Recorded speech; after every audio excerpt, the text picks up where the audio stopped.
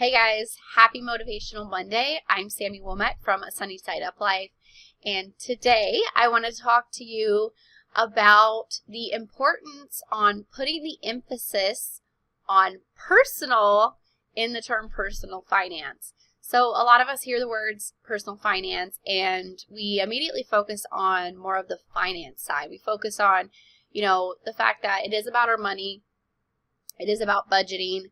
But I think sometimes that we kind of discredit the first part of the phrase personal, and that it has to be a personal journey and that it has to be unique to everyone, and everyone's journey is unique.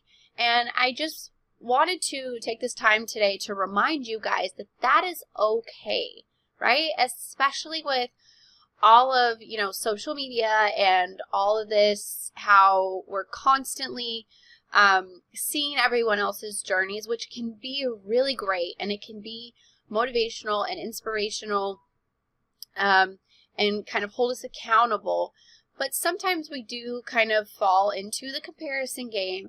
And I just really wanted to remind you guys that this journey is a personal finance journey, emphasis on personal, and that everyone's journey is unique, and that's okay because everyone's family looks different. Some people are on this journey and they're single, they're not married, they don't have kids, and they're on this journey. Some people are married with no kids. Some people are, single parents on this journey. Some people are parents to young kids. Some people are parents to older kids. Some people have 2 kids, 6 kids. Right? You get the idea. Everyone's family is different, right? So everyone's journey is going to look different. Everyone's timeline is going to look different. Everyone's debt amount is different, or savings goals are different. Our priorities are different, right? Some people, their priorities are to retire at whatever age. And some people, they just want to get their head above water. Some people, their priority is to travel more, right? Everyone's goals are different. Everyone's priorities are different. And that we need to remember to take that into account when we're getting inspiration from other people and when we're getting advice from other people. Even myself, my journey does not look the same as your journey. So even though it's good to get inspiration from other people and it's good to seek advice from other people and kind of use other people's journeys as a guideline to our own, that it's not going to always be 100% perfect, and that your journey needs to be unique to your situation, right? So what do we do then? How do we make this journey personal? The best things that you really can do to make your personal finance journey personal to your situation, the very first thing that you can do is track your spending and figure out where your money is actually going, and to actually create a written budget. And these are always the first steps that I recommend. And I'll link below to some of my budgeting resources that can help you with this if you haven't gotten past these first couple of steps. But seeing where your money is actually going is going to help you so much. That's really the first step. Creating a written budget. And some people freak out when they hear the word budget. But a budget is actually just being intentional with your money. That's simply all it is. It's not a prison sentence. It doesn't mean that you have to carry around a notebook and a calculator every single place you go for the rest of your life. It doesn't mean that you can never do anything fun again. It's simply just being intentional with your money, and it's making your money reflect your priorities in life. I'll give you a personal example. Some people might think that it was crazy that we kept our daughter in dance class throughout this whole debt-free journey, right? We cut so many things. We did without so many things. We even cut back our house, and we went from a 5-bedroom house to a 2-bedroom house. Very extreme difference.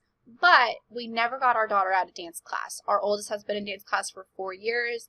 Dance class is $50 a month per kid, plus recitals, plus costumes, plus this and that, and there's always little things.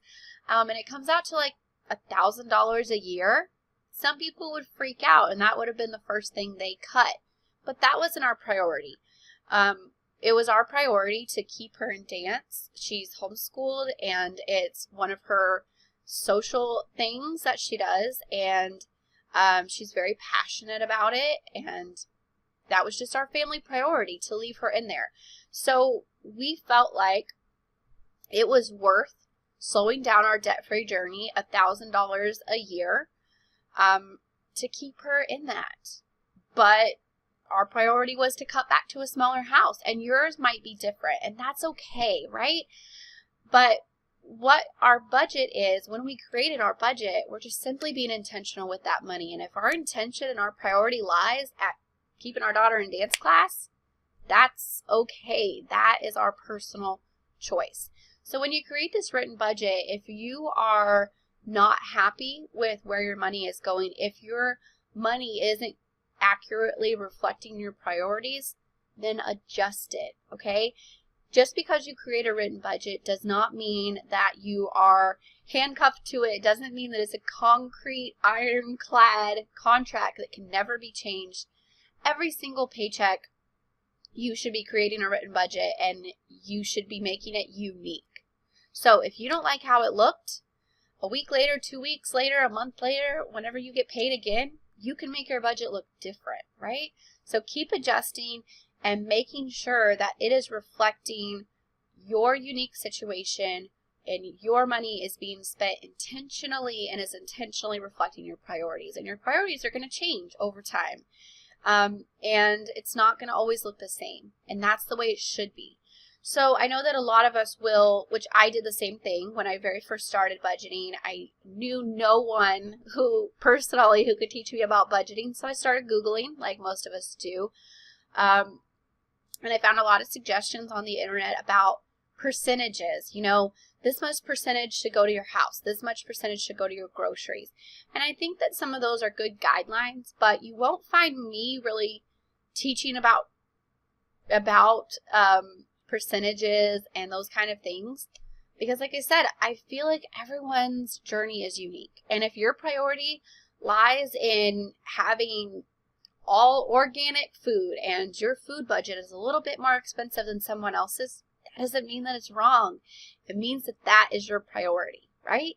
If your priority is to live in a really expensive city and your housing budget is a lot higher of a percentage than someone else's, but you're still hitting your goals in the timeline that you're happy with, that is okay.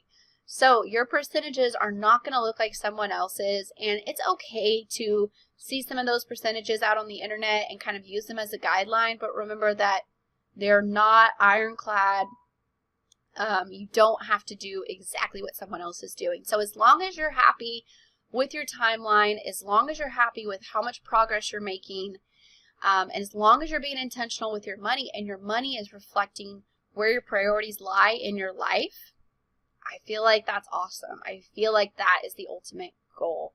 So if you're not happy with those things, though, the first thing you need to do is start tracking your spending and figure out where your money is actually going. Create a written budget and tell your money where to go. Be intentional with it and make sure that your budget is reflecting your true priorities in your life.